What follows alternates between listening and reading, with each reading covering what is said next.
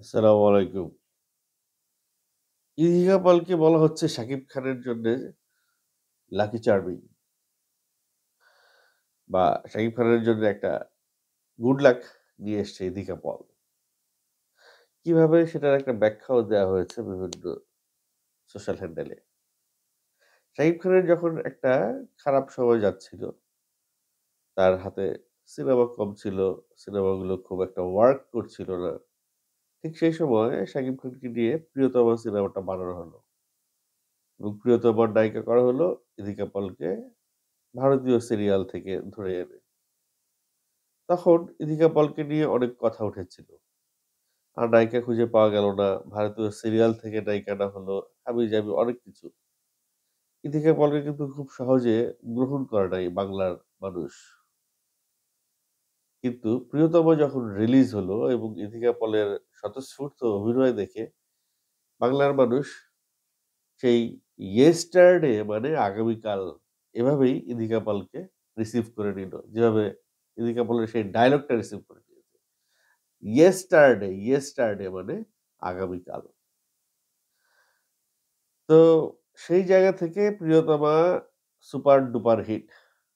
ঠিক আছে, একটা সিনেমা হিট হইতেই পারে। তার ১ম সিনেমা।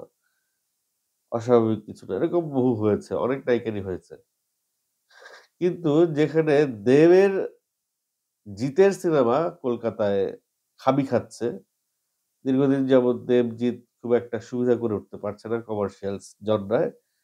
ঠিক সেই সময়ে আবার ইদিকা পলের একটা সিনেমা দেবের সঙ্গে 'খাদান' রিলিজ হলো এবং বিগত ৩ দিনে 'খাদানের' ব্যবসায়িক আ সাফল্য উল্লেখযোগ্য এবং বিগত কয়েক বছরে কলকাতায় কমার্শিয়াল সিনেমায় এরকম ব্যবসা হয় নাই।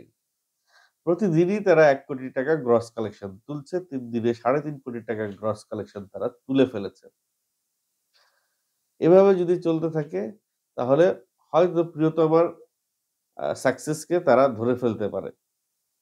তাহলে কথা হচ্ছে ইদিকা পল দেবের সঙ্গেও সাকসেসফুল হলো কমার্শিয়াল সিনেমায়। শাকিব খানের সাথেও সাকসেসফুল হলো কমার্শিয়াল সিনেমায়।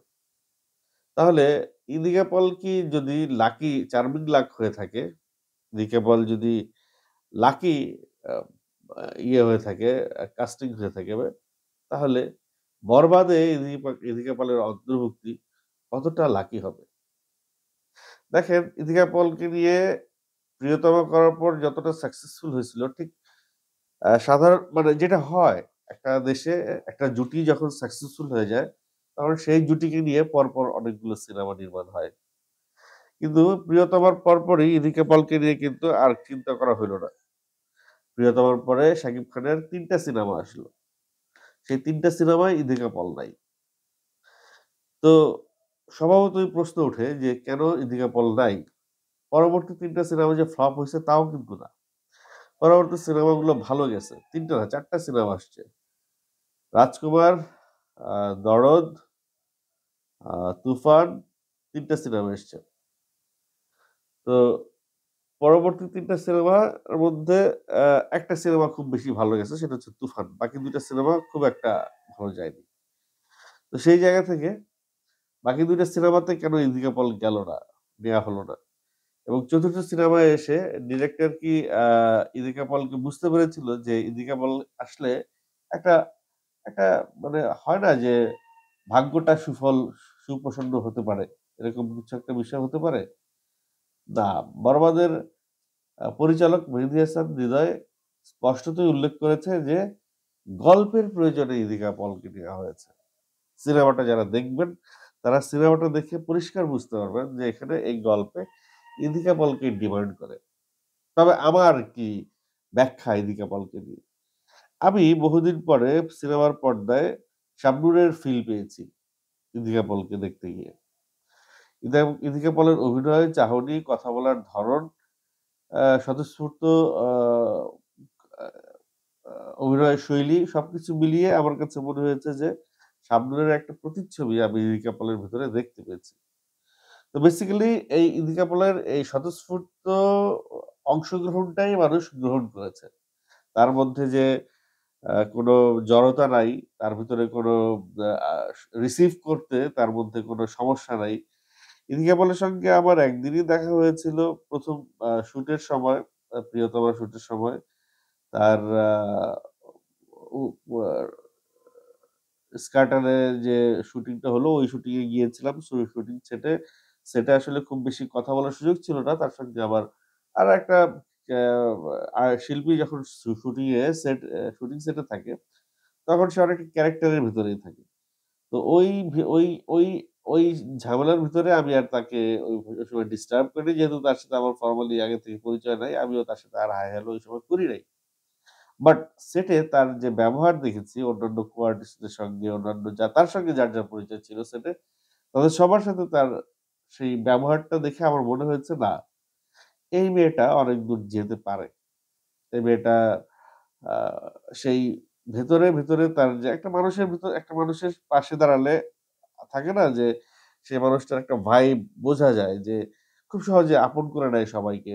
খুব সহজে মানুষের কাছে পৌঁছে যায়। মানুষকে অ্যাক্সেস দেয় খুব সহজে। কিন্তু অ্যাক্সেসটা একটা লিমিট পর্যন্ত। তার সেই লিমিটটা সে আবার ঠিক রাখে। তার সেই ব্যক্তিত্বটা সে ঠিক রাখে। ওই জায়গা থেকে এদিকে পলকে আমার মনে হয়েছে না, শি মাইট বি আ মানে hot cake in film industry. Finally প্রিয়তমা আমার ইভেন আমি যখন প্রিয়তমার সেটে বসে যখন আমি শুটিংটা দেখছিলাম, আমি প্রিয়তমার ডিওপি কে বলতেছিলাম যে, "আমি এখনো কনফিউজড।" শুটিং দেখে আমি কনফিউজড ছিলাম যে, এই সিনেমা এইরকম সাকসেস পাবে কিনা। আমি সিউর ছিলাম না এই সিনেমা এরকম সাকসেস পাবে। আমি এই কথাটা প্রিয়তমার সেটে বসে শুটিং এর ডিওপির সঙ্গে, ওই ক্যামেরাম্যানের সঙ্গে আলাপও করেছি। তো যাই হোক ফাইনালি প্রিয়তমা একটা গ্র্যান্ড সাকসেস পাইছে। তো সেই জায়গা থেকে দেবের সঙ্গে বরবাদও একটা গ্র্যান্ড সাকসেস পাওয়ার পথে। দেবের সাথে খাদান। খাদানটাও একটা গ্র্যান্ড সাকসেস পাওয়ার পথে। এখন কথা হচ্ছে গিয়ে শাকিব খানের সঙ্গে বরবাদ। বরবাদে শাকিব খানের সঙ্গে প্রিয়তমা আ মেহেদী হাসানের সঙ্গে শাকিব খানের সঙ্গে প্রিয়তমার নামটা এই প্রিয়তমা নায়িকার নামটা যুক্ত হয়েছে। অর্থাৎ অলরেডি শাকিব খানের আর ইদিকা পলের যে একটা ক্যামিও ছিল, সেই ক্যামিওটা দেখবার জন্য কিন্তু বাংলাদেশের মানুষের ভেতরে একটা ক্ষুধা ছিল আগে থেকেই। সেই আগে থেকেই যে একটা ক্ষুধা, সেই ক্ষুধাটা কিন্তু বরবাদে ওয়ার্ক করবে। বরবাদের বেলাতে কিন্তু অ্যা মানুষজন ওয়েট করবে যে প্রিয়তমায় যে সাকিব আর ইদিকা পলকে দেখছে, সেই সাকিব আর ইদিকা পলকে এসে বরবাদেও খুঁজবে অনেকে। অনেকেই চাইবে যে স্ক্রিনে সেই প্রিয়তমার সাকিবের যে এই মিলনটা হয় নাই, সেখানে তাদের যে একটা মানে অতৃপ্তি রয়ে গেছে, সেই অতৃপ্তিটা যেন বরবাদে এসে তৃপ্তিতে পরিণত হয়। বরবাদে সেই মানে না পাওয়াটা যেন পাওয়াতে এসে পরিণত হয় বরবাদে এসে। এবং সেটা কিন্তু একটা সাকসেস আ সিনেমা সাকসেস করার আ একটা একটা একটা ইয়ে হইতে পারে। পদ একটা কৌশল হইতে পারে। কৌশলগত একটা কাজ হইতে পারে। তারপরে বরবাদের আ মেহেদী হাসান হৃদয় অনেক ভায়োলেন্স রাখছে। এই সময়ের যে ট্রেন্ড, সিনেমায় যে ট্রেন্ড, যত বেশি ভায়োলেন্স, তত বেশি আলোচনা, তত বেশি দর্শক কাটতি। তো সেটার পাশাপাশি আবার প্রিয়তমার জুটির একটা রেপুটেশন। সেই ২ টা জিনিস যখন একসাথে মার্জ করে বুম করবে, তখন কিন্তু আসলেই সিনেমাটা একটা বুম করবে। সিনেমাটাও একটা অন অন মানে অনন্য উচ্চতায় চলে যাবে। একটা মাইল ফলক এর দিকে এগিয়ে যাবে। সেই জায়গা থেকে ইদিকা পল এখন নিজেকে কতটুকু আ নিজেকে আয়ত্তে রাখতে পারবে। হয় না যে পরপর ২ টা সিনেমা সুপার ডুপার হিট হয়ে গেছে তার। তখন একটা নায়িকার আসলে নিজেকে কন্ট্রোল করা, নিজের ইমোশনকে কন্ট্রোল করা, নিজের ভাব, আচার-আচরণ, ব্যবহার এগুলোকে কন্ট্রোল করা একটা বিষয় হয়ে দাঁড়ায়। তো এখন ইদিকা পলের ভিতরে যদি সেই পরিবর্তনটা হয়ে যায়, তাহলেই আসলে তার পতনটা যত যত সেই পরিবর্তন বেশি হবে তার পতনও তত তার দিকে অগ্রসর হতে থাকবে।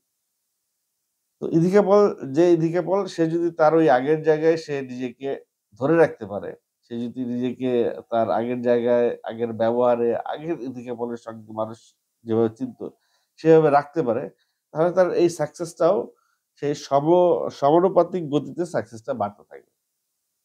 কিন্তু ইথিকা পল যদি এই ভুলটা করে যে অহংকারটা যদি তার ভেতরে ঢুকে যায়, আমরা জানি যে অহংকার পতনের মূল। তো সেই পতনটাই আসলে ইথিকা পলকে খুব তাড়াতাড়ি গ্রাস করবে। আমাদের বাংলাদেশের আরেক হিরো শরীফুল রাজ, তার একটা সিনেমা 'পরাণ' সুপার ডুপার হিট হওয়ার পরে আর কোন সিনেমা নিয়ে সে কিন্তু দাঁড়াতে পারছে না। তো পরাণের হিরোর সঙ্গে শরীফুল রাজের সঙ্গে ইদিকা পলের একটা সিনেমা আসতেছে 'কবি'। সিনেমাটা সম্ভবত শুটিং শেষ। শুটিং শেষ, অল্প কিছু কাজ হয়তো বাকি আছে। তো শরীফুল রাজের লাক, কপাল কি ইদিকা পলের কপালের সাথে ঘষে এরকম আলোকিত হতে পারে কিনা সেটাও কিন্তু একবার একটা দেখবার বিষয়। ইদিকা পলের জার্নিটা খুব স্মুথ হচ্ছে, খুব ফাস্ট হচ্ছে এবং খুব হিট হচ্ছে, ব্লকবাস্টার হচ্ছে। সেই জায়গা থেকে শরীফুল রাজ আর ইদিকা পল একটা যদি ব্লকবাস্টার সিনেমা দিতে পারে, তাহলে ইদিকা পলের আমার মনে হয় ১৬ আনা আ পূর্ণ হবে বা ১৬ আনা বিষয়টা এস্টাবলিশ হয়ে যাবে যে ইদিকা পল একটা লাকি চার্ম। ইদিকা পলের সঙ্গে যার লাক এড হবে, তার লাক আলোকিত হবে। দর্শক এ বিষয়ে আপনাদের কি মতামত? অবশ্যই কমেন্ট করে জানাবেন।